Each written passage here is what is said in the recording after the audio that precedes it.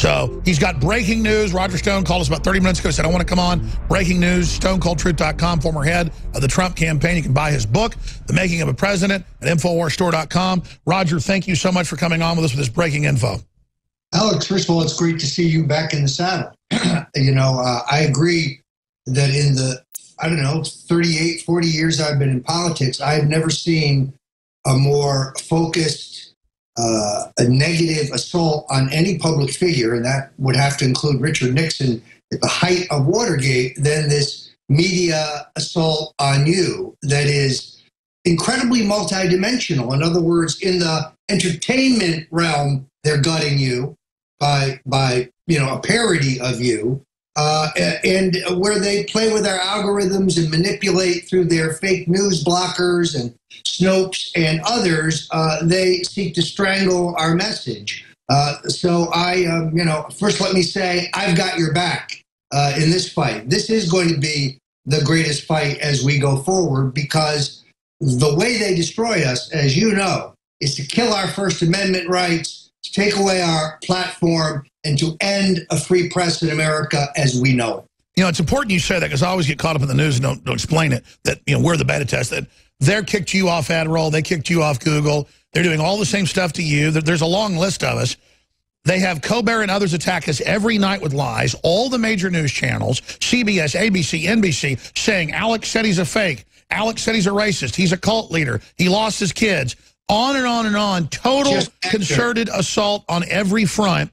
And when you pull back and look at it, then they're strangling us, blocking us, not even having us on the shows, not having us in Congress when they call us Russian agents with no proof. So they're blocking us on our own platforms while not letting us respond.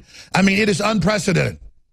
Well, but let me just say that if you sit back and look at it, I would remind you of a line that they actually show in this trailer, Forget Me, Roger Stone. Alex, they would not hate you if you were not effective.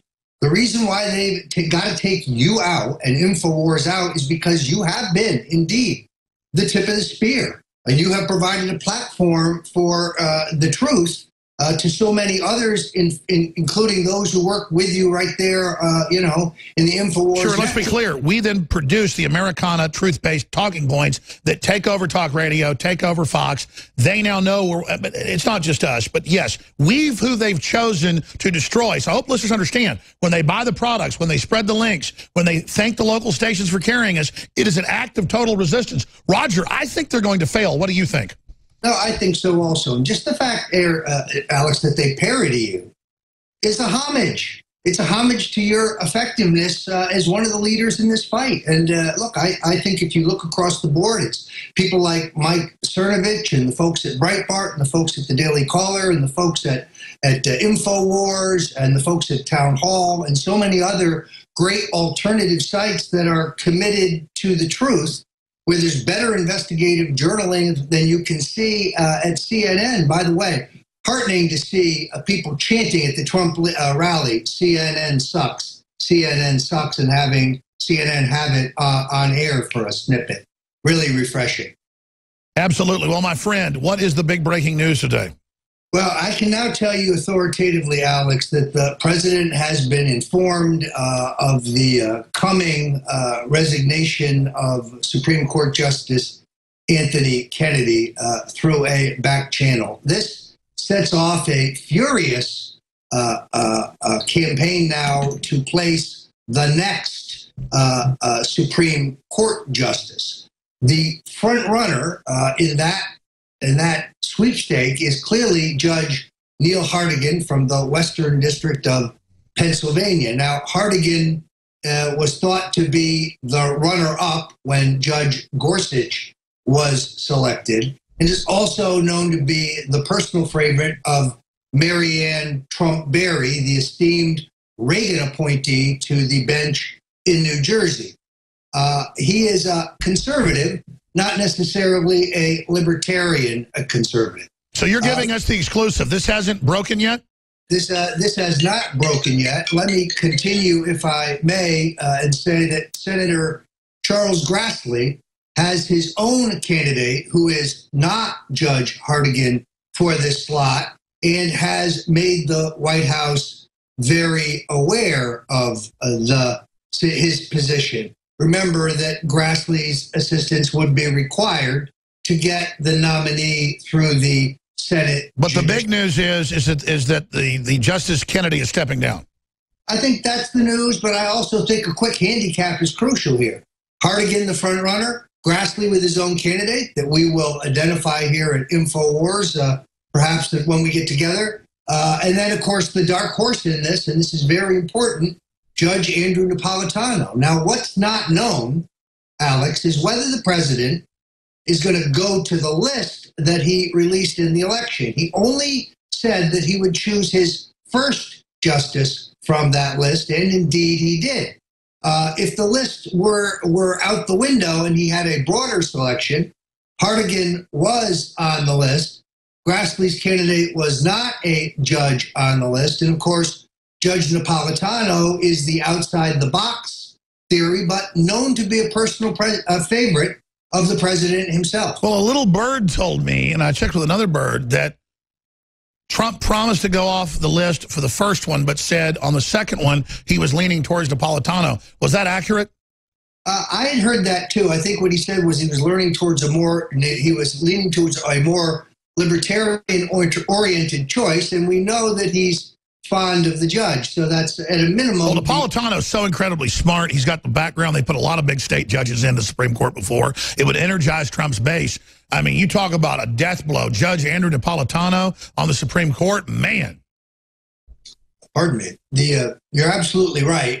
Look, Felix Frankfurter was a state jurist, I believe, before going to the bench, one of the greatest Supreme Court justices. So this is going to cause a ripple in official Washington.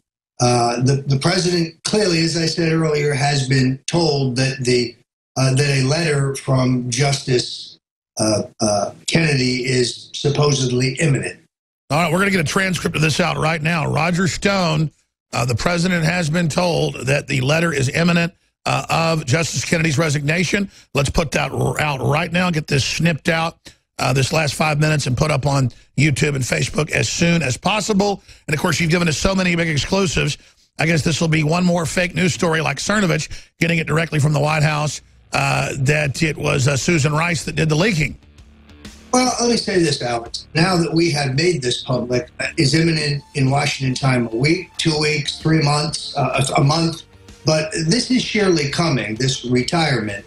Once we expose the politics of it, obviously liberals will urge Kennedy to hang on, not wanting to hand President Trump yet another seat. Sure. Well, the statesman's asking, is he getting ready? You say the word is he is. Okay, in closing, other information on your radar that you'd like to get into, Roger?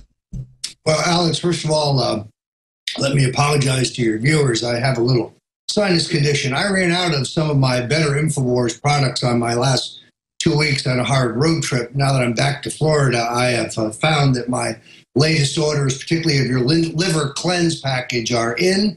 So I'll be back in the pink here. But Alex, I really think that this attack on you really needs to be seen in the right context. It's not about Alex Jones. It's about your effectiveness in terms of the movement. It's an attack on us. It's an attack on everybody.